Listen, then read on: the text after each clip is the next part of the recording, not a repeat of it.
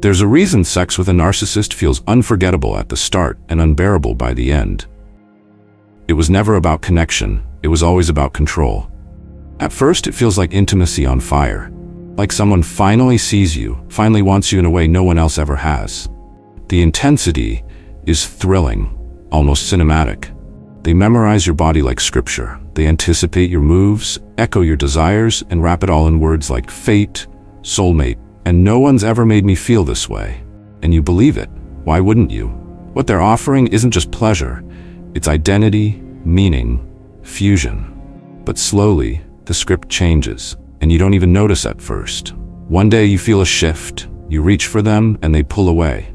You ask a question and get punished with silence. You say no and feel a cold front roll through the room. Sex becomes a bartering chip, a performance, a weapon, a test. And suddenly you realize this was never about making love. This was about making you dependent. Because a narcissist doesn't have sex the way others do. They weaponize it. They use it to create addiction, extract validation, and reinforce dominance. What felt like chemistry was actually choreography. What felt like passion was precision. You weren't being loved, you were being lured. And once you're hooked, emotionally, sexually, chemically, they begin the real game, control. That's why this episode exists. Not to provoke, not to shock, but to expose what they hope you never understand. Because if you did, if you truly saw through the game, you'd stop mistaking manipulation for love. You'd stop confusing intensity with intimacy. You'd stop surrendering your body in hopes they'll finally value your soul. If this topic hits a nerve already, do us a favor. Like, share, and subscribe to Victory Stoic. This is where we don't sugarcoat truth, we sharpen it. Comment 1. If this subject resonates. Comment 0 if it doesn't hit home. Your honesty is fuel for the work we do. And most of all, if you've lived through this, share your story in the comments. The pain you carry might be the blueprint someone else needs to escape their confusion. Here at Victory Stoic, we're expanding. This isn't just Stoicism through ancient eyes, it's Stoicism forged through the wisdom of modern thinkers like Jordan Peterson, cutting-edge psychological research, and the unfiltered experiences of people like you. Because sometimes what looks like love is actually a battlefield for your autonomy. And no philosophy is complete if it doesn't teach you how to recognize that. The truths we're about to cover will be uncomfortable. They're meant to be. Narcissists thrive in silence and shame. They count on you not understanding your own body's confusion, your brain's fog after intimacy, your soul's exhaustion after one more night that felt like a transaction dressed in romance. So pay attention. You're not imagining things. The highs were real, but they were strategic. The lows aren't accidents, they're patterns. And the moment you understand what they were doing is the moment their power begins to unravel. Let's talk about the secrets they never wanted you to name. Let's begin. Number 1, sex as emotional bait. The narcissist's first weapon. If you are not careful, the narcissist won't just take your time. They'll steal your perception of love itself.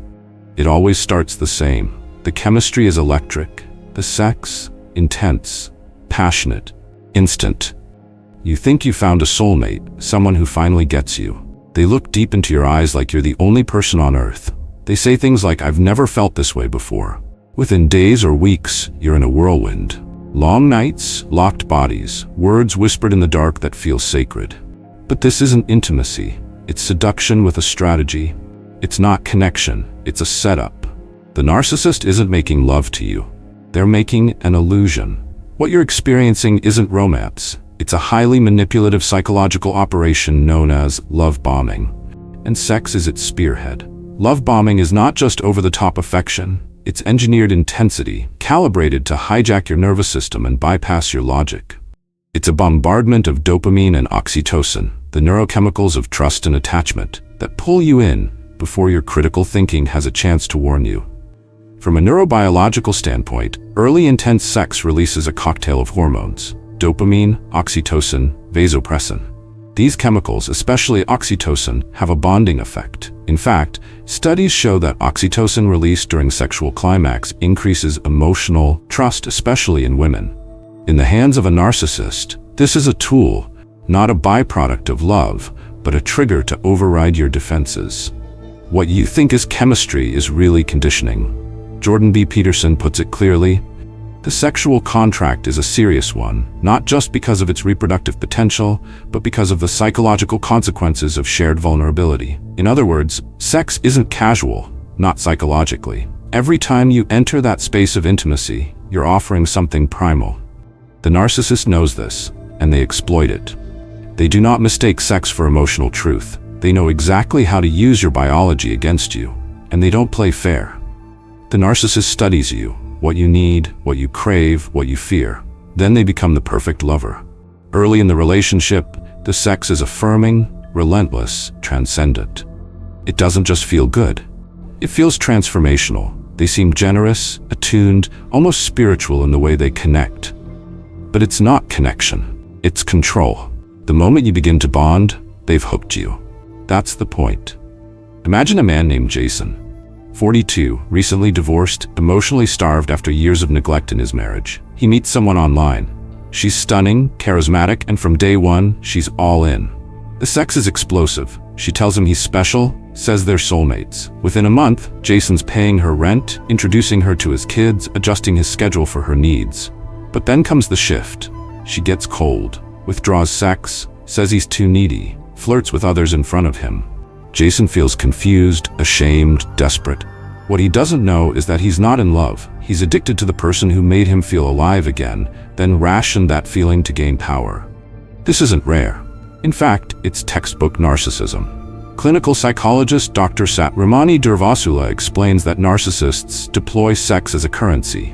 It's used to lure, reward, punish, and control. They don't seek mutual satisfaction. They seek leverage. The intense early sex is not the beginning of deep connection. It's the beginning of dependency. The Stoics understood the danger of being ruled by passion. Marcus Aurelius warned, "The things you think about determine the quality of your mind. Your soul takes on the color of your thoughts." When your thoughts are saturated with a manipulator's tactics, when every act of sex becomes a psychological hook, your soul begins to bend toward confusion, not clarity. This is why the initial stage with a narcissist feels so addictive. You're not falling in love, you're being conditioned, and like all conditioning, it becomes hard to break once repeated. Every hot and cold cycle wires your brain for craving. You start chasing highs that never return, and they know that. That's the trap. But here's the most brutal part. When the narcissist shifts from giving to withholding, when the sex dries up, becomes transactional, or disappears altogether, you blame yourself. You think you did something wrong. This is the real psychological damage. Not just being manipulated, but being made to doubt your own worthiness for love. Peterson again offers a lens. Order is not enough. You can't just be conservative. You have to have a little chaos, but too much, and you're drowned. The narcissist offers chaos disguised as passion. They overwhelm you with emotional heat, then turn it off. That contrast keeps you destabilized. You're not grounded, you're not at peace. You're addicted to the next dose of attention, approval, or touch. So what can you do? Here's the Stoic approach. Cold, clear, grounded in self-command. Step back from the intoxication. You do not need to reject sexuality, but you must separate sex from truth. Epictetus said, "First, say to yourself what you would be, and then do what you have to do." If you want to be free, you must act like someone who cannot be baited. Someone who sees through seduction and chooses sovereignty instead.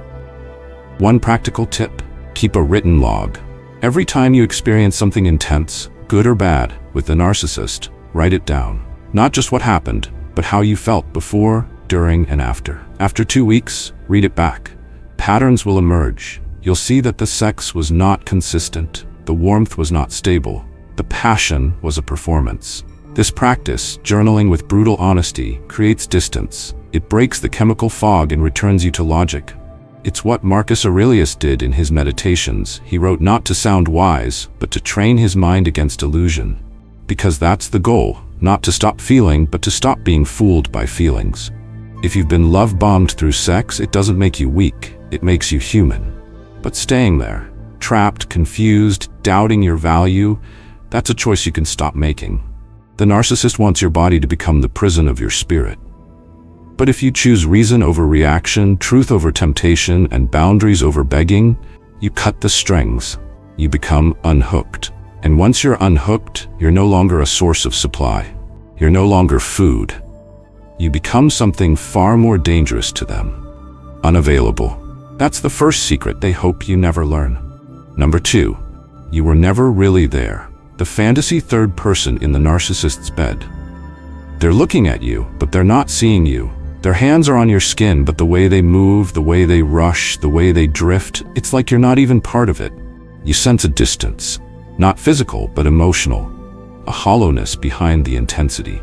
Later, you find yourself asking, was I even there? Because the truth is devastating, you weren't, at least not to them. To the narcissist, this is not a moment of connection, it's a stage. And more often than you realize, you're not the only one on it. In the dark theater of their mind, there's someone else, an ex, a fantasy, an imagined admirer, even a stranger. You become a prop, not a person, an instrument to help them feel powerful, not loved. This is not a simple lack of presence. It's a psychological defense mechanism, a detachment from intimacy masked as performance. The narcissist cannot truly feel love in sex because love requires mutual vulnerability, and to them, vulnerability equals weakness. So they escape. Not out of boredom, but out of fear. Fear of real emotional exposure. Fear of being seen in their raw, unguarded form. And so they replace intimacy with imagination. There's a concept in clinical psychology known as objectification fantasy, where individuals emotionally distance themselves from their partner by mentally replacing them during sex. For narcissists, this isn't a rare occurrence. It's a pattern, a tactic. A way to maintain dominance while avoiding actual emotional closeness. Their body is present, but their mind? Elsewhere. You might notice it in the way they close their eyes too long, as if watching a private movie. In the scripted nature of their movements, repetitive, impersonal. In the strange comments that don't quite match your dynamic, as if you're being compared to someone else. These are not accidents. These are signs that you're not the one they're really with. Peterson warns of the danger in such psychological fragmentation. If you divide yourself into parts and sacrifice authenticity for the illusion of mastery, you don't win. You disintegrate. The narcissist, in their quest to dominate rather than connect, splits themselves. They become more performer than partner, more voyeur of their own fantasy than participant in reality. And in doing so, they not only rob you of intimacy, they rob themselves of wholeness. Let's consider Alex, 46, a divorced man who found himself in a fast-burning relationship with Marla. Stunning, driven, always in control. Sex was frequent and intense, but something always felt staged. She rarely made eye contact. She often seemed elsewhere. Once, mid-act, she whispered another man's name, then laughed it off. When Alex asked if she fantasized about others, she said coldly, "Everyone does.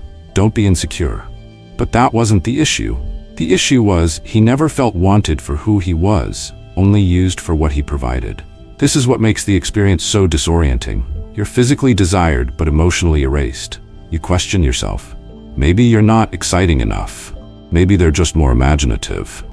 But the truth is this: you can't compete with a fantasy. And the narcissist knows that. Because that fantasy is safe. It doesn't talk back. It doesn't ask for connection. It doesn't expose their fragility. Marcus Aurelius, the great Stoic emperor, wrote, "The soul becomes dyed with the color of its thoughts." What do you think happens to a person whose thoughts during sex are soaked in ego, comparison, and detachment? Their soul dims. And worse, they dim yours in the process. So what can you do if you sense you've become invisible in your own relationship?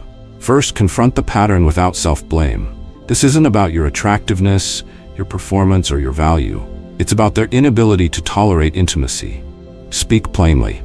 Ask them if they feel truly present. Ask them what sex means to them.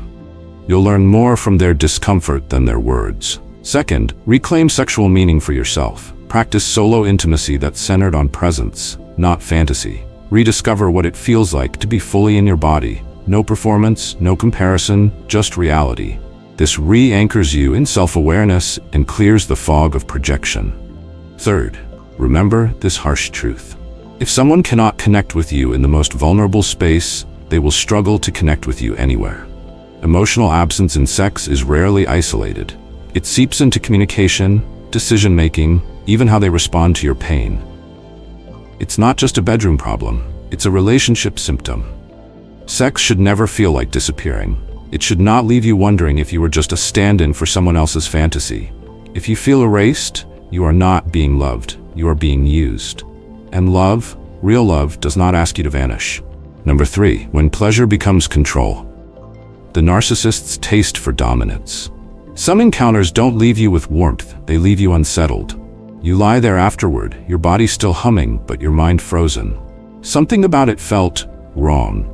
Not physically painful, not violent in the obvious sense, but cold, sharp, like they weren't trying to connect. They were trying to break something in you. And what's worse, they looked pleased. This is a truth many struggle to admit. Some narcissists derive satisfaction not from shared intimacy, but from watching you yield. They don't want to meet you. They want to overpower you, emotionally, mentally, sometimes even physically, and they'll wrap it in words like passion, intensity, or chemistry.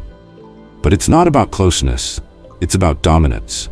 They enjoy testing your limits, pushing your comfort, not to deepen trust, but to see how far they can go. A rough grip here, a degrading comment there. A moment of pressure you didn't ask for, followed by a smirk. And if you protest, don't be dramatic. You're so uptight. Or worse, they suggest you secretly enjoy it, turning your discomfort into a joke, your hesitation into fuel. This isn't about a particular kink or consensual roughness. This is about intent. And with the narcissist, the intent is rarely connection. It's control masked as desire. Psychologist Dr. Nina W. Brown notes that narcissists often view intimacy as a transaction or performance. And when they lean toward controlling behavior, they turn sex into a proving ground. Not for love, but for power. They'll introduce aggression slowly, so it seems normal. So you doubt yourself, so you eventually stop resisting, not because you want to, but because you're tired of being made to feel like you're the problem. Seneca, the Roman Stoic, warned, "No one is more enslaved than the one who falsely believes he is free." This is how the narcissist keeps you bound, not with overt cruelty, but by convincing you this is just how love works. They redefine pain as passion, pressure as intimacy, discomfort as chemistry, until you forget what safety actually feels like. Consider Erin, 36, who once described sex with her partner as intense, exciting, but somehow hollow. At first, she loved how confident he was, how he took the lead. But things escalated. He began introducing acts she never agreed to. He liked seeing her flinch. If she asked him to slow down, he rolled his eyes. "I thought you were strong." Over time, she stopped speaking up, not because she was comfortable, but because she was afraid of losing him. After one especially rough night, she cried in the bathroom. He never asked why. This is how it works. First, they thrill you. Then they test you. Then they train you to stay quiet, to endure, to adjust. Jordan Peterson captures this abuse of trust clearly. When someone reveals their vulnerability and you exploit it, you're no longer in a relationship, you're engaged in a power game, and you're not playing fairly. Vulnerability should be met with gentleness. But to the narcissist, it's an opportunity. Not to build, but to bend. Not to connect, but to dominate. So how do you know if you're in this kind of dynamic? Ask yourself, do you feel heard and safe when you voice discomfort? Or are you dismissed, mocked, or ignored? Do you leave these encounters feeling emotionally closer, or like you've given up something you didn't want to? Does their satisfaction increase when yours fades? Have you begun to question whether you are the problem for wanting gentleness? If you're answering yes to any of these, pause. You're not imagining it. You're not weak. You're not too sensitive. You're being slowly conditioned to confuse intensity with love. Here's what you can do. Start with truth. In a journal or even a voice memo, describe how these experiences feel, before, during, after. Describe the moments you stayed silent, the times you wanted to say no but didn't, the words they used when you tried.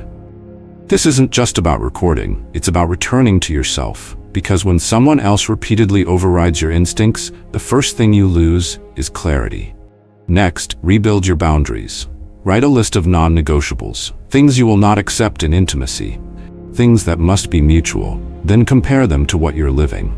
This will tell you everything. And finally, if you're in a relationship where this dynamic continues despite clear communication, leave. You don't need more proof. You don't need them to admit anything. You don't need to fix them.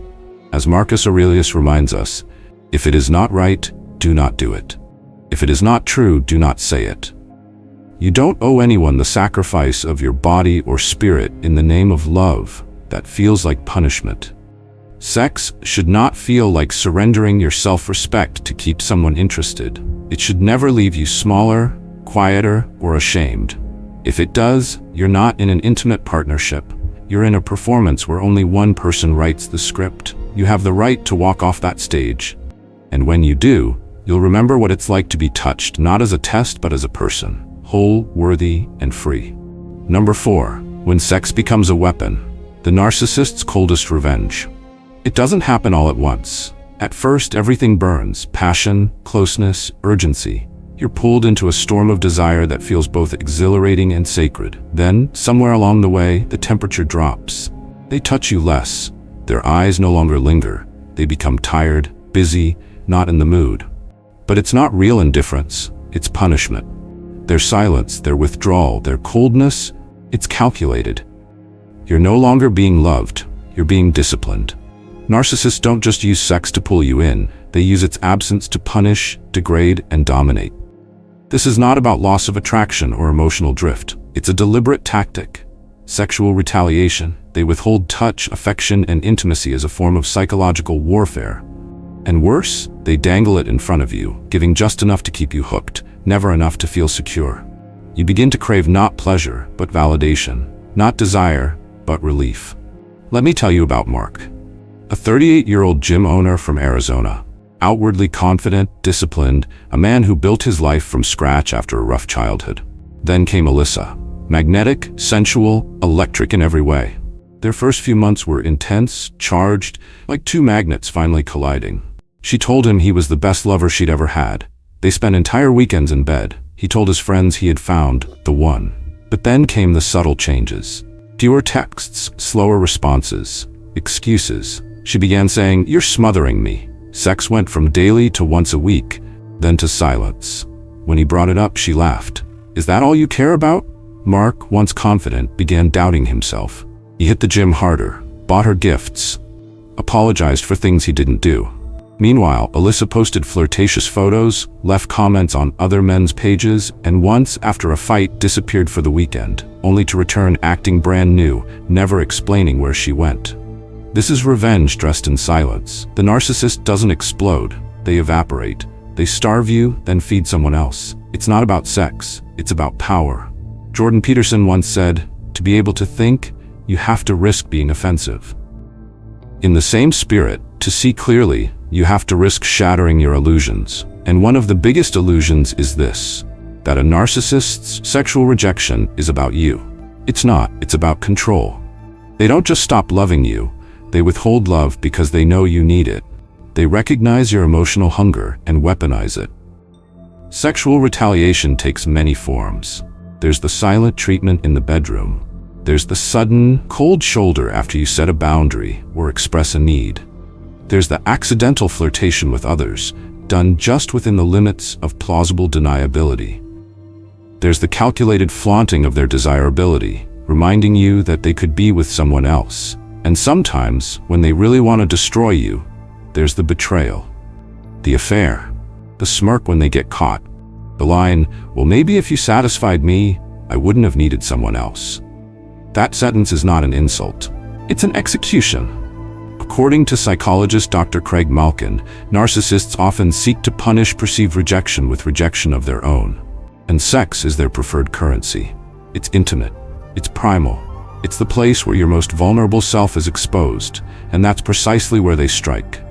The Stoics had no illusions about human nature. Seneca wrote, "A sword never kills anybody. It is a tool in the killer's hand." Sex, like a sword, is neutral, but in the wrong hands, it's a precision weapon. The narcissist doesn't need to scream, curse, or raise a hand. They just need to roll away at night, to withhold the thing that once made you feel alive. The absence becomes more painful than any insult, and you, in response, begin to contort. You analyze every word you said, you question every move, you dress differently, you stay silent during conflict, you shrink, hoping that if you're small enough, agreeable enough, they might return the heat, the touch, the approval. But it doesn't come. Because this was never about intimacy. It was about your submission.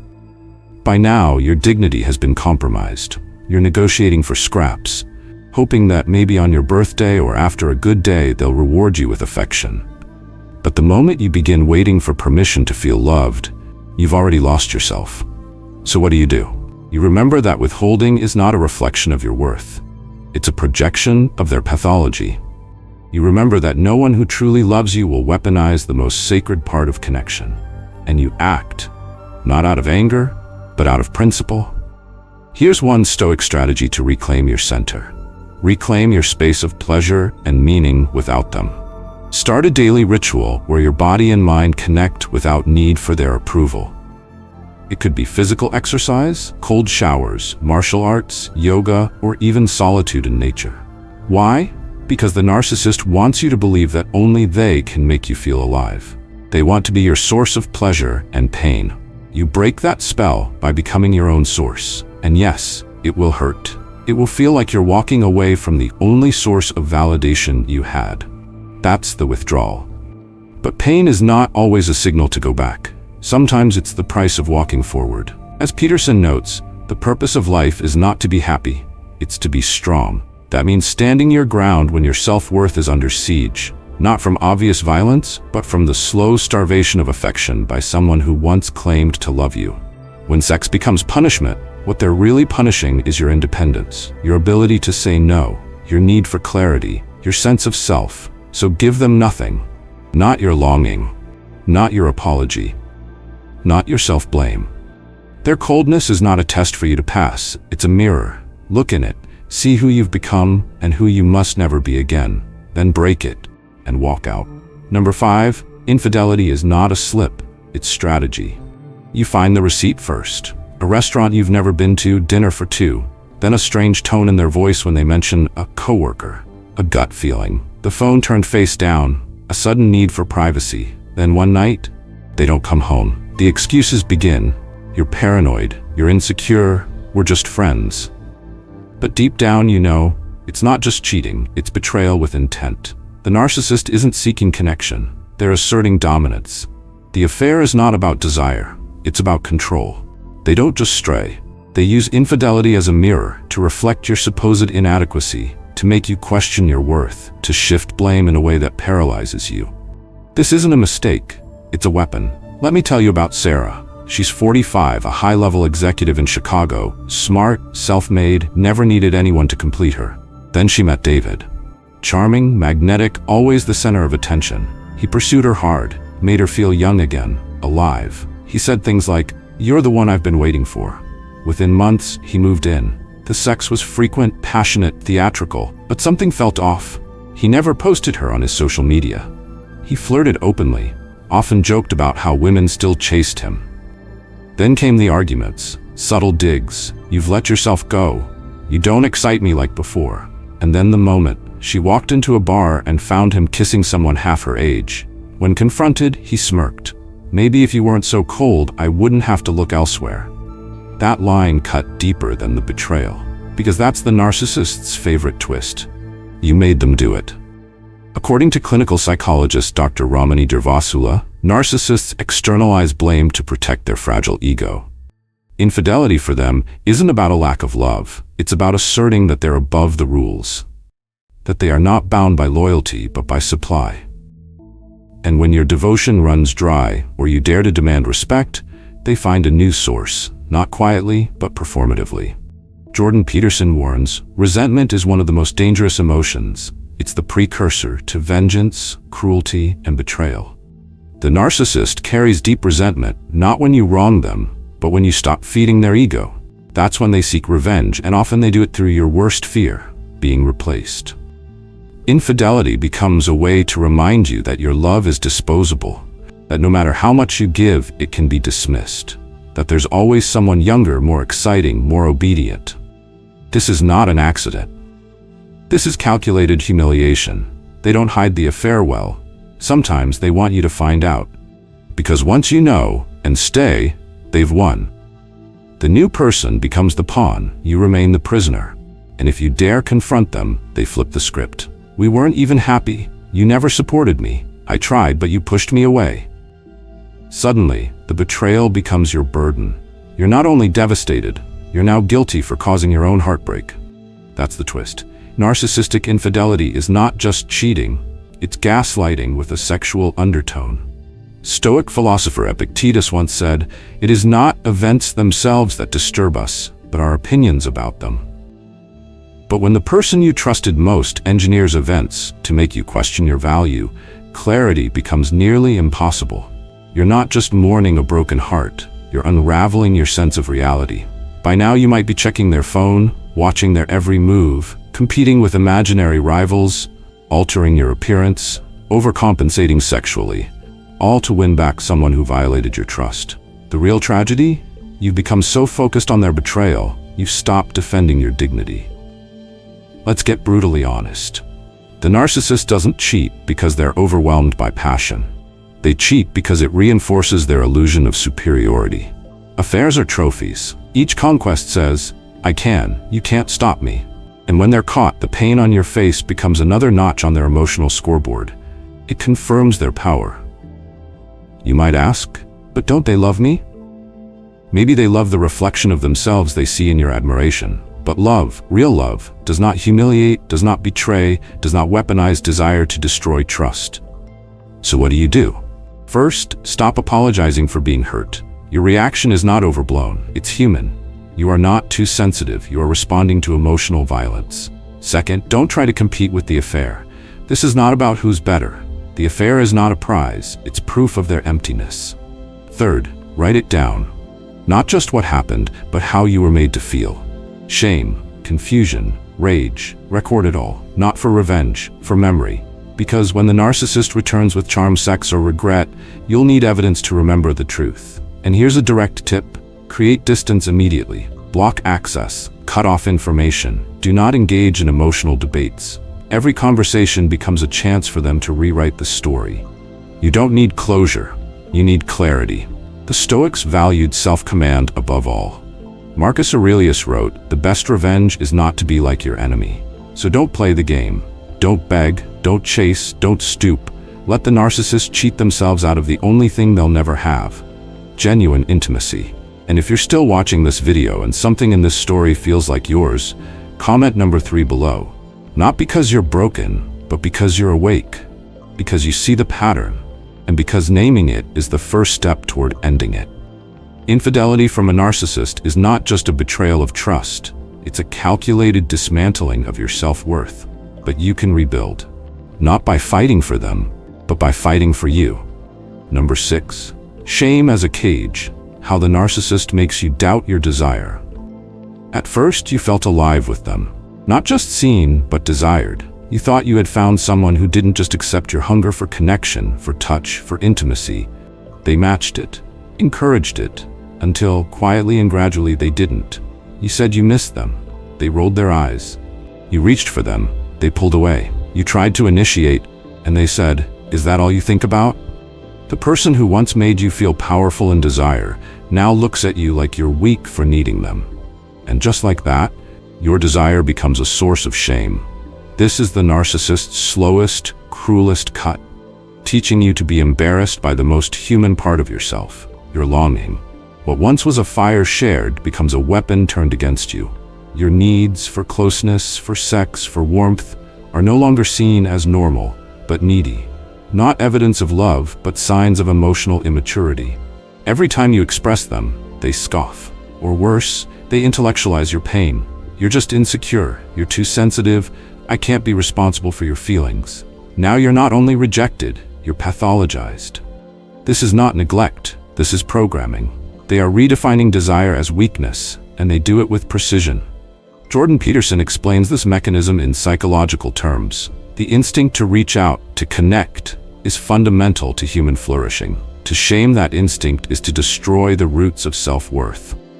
In narcissistic relationships, this destruction is not accidental, it's orchestrated. When you're ashamed of wanting, you stop reaching. And when you stop reaching, you become easier to control.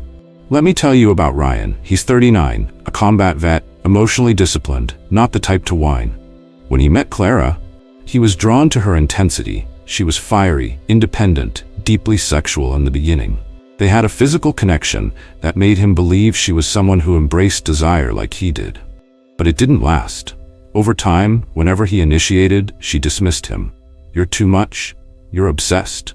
Sometimes, she'd laugh when he was vulnerable, mock his eagerness, or turn her body away in bed. Once, after he told her he felt disconnected, she said, "You always make everything about you." Eventually, Ryan stopped initiating, he stopped asking, and then he started doubting. Not just her, himself. That's the end goal. Not just to reject your advances, but to reshape your view of your own longing. Ryan didn't feel loved, but worse, he felt ashamed for wanting to be. According to research in the Journal of Personality Disorders, narcissists often weaponize shame to maintain dominance. Sexual shame, in particular, is a powerful tool. It attacks both the body and the spirit. When someone you love suggests your desires are dirty, excessive, or manipulative, you begin to internalize the idea that maybe something really is wrong with me. This is where the Stoics can guide us back to sanity.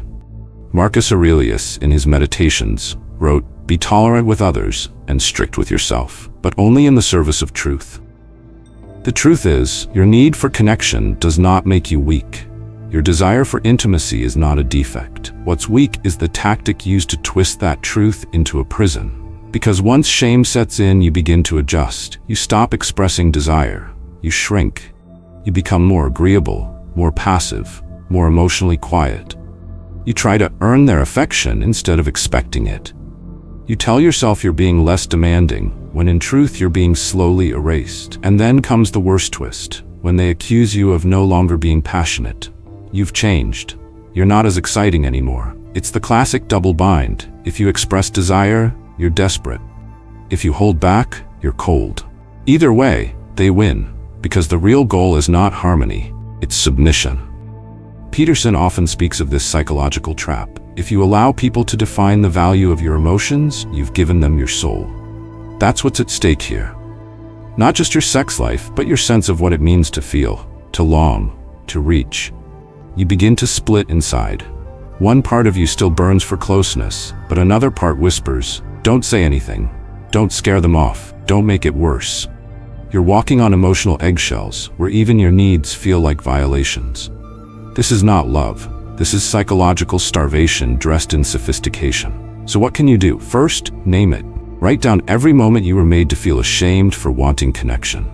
Get specific. What did they say?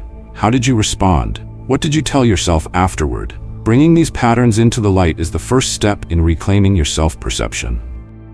Second, reclaim desire as a strength. Practice stating your needs out loud. To yourself in the mirror, or in a journal. I want touch. I want intimacy. I want to be seen. The point is not to demand anything from them, but to remind yourself that you are not wrong for feeling. Third, reject the script. The next time they roll their eyes or accuse you of being needy, don't explain. Don't beg. Simply say, "My needs are not a weakness. They are part of being human. If you can't meet them, that's your limit, not my flaw." Then watch how they respond. Not to punish, but to gather clarity about who you're really with. Seneca once said, "He who is brave is free." And in this case, bravery means refusing to be shamed for what you feel. It means standing tall even when someone you love wants to make you small. Because shame is not just a feeling, it's a leash. And every time you silence your desire to avoid rejection, you tighten it around your own throat. So loosen it. One breath, one truth, one boundary at a time. And remember this, love never demands that you abandon your humanity to deserve touch. That's not passion, that's control. And you were made for something deeper. Conclusion. This was never about love, it was always about leverage. The narcissist never truly makes love, they negotiate power through flesh. What you thought was intimacy was often a transaction. What you thought was desire was often manipulation. And what you thought was connection, a stage play, choreographed, calculated, and hollow. Their goal was never to merge souls, it was to tether yours beneath theirs, to own you with your own longing, to make you mistake captivity for closeness. In their world, sex is not sacred, it is strategic. It is the perfect instrument, private, emotional, and easy to twist. One day it's a reward, the next it's a weapon. Sometimes it's both, in the same night. They don't want your pleasure, They want your dependence. They don't want your body. They want your silence after they've used it. But here's what they never expected: you waking up. Because knowledge, once seen, cannot be unseen.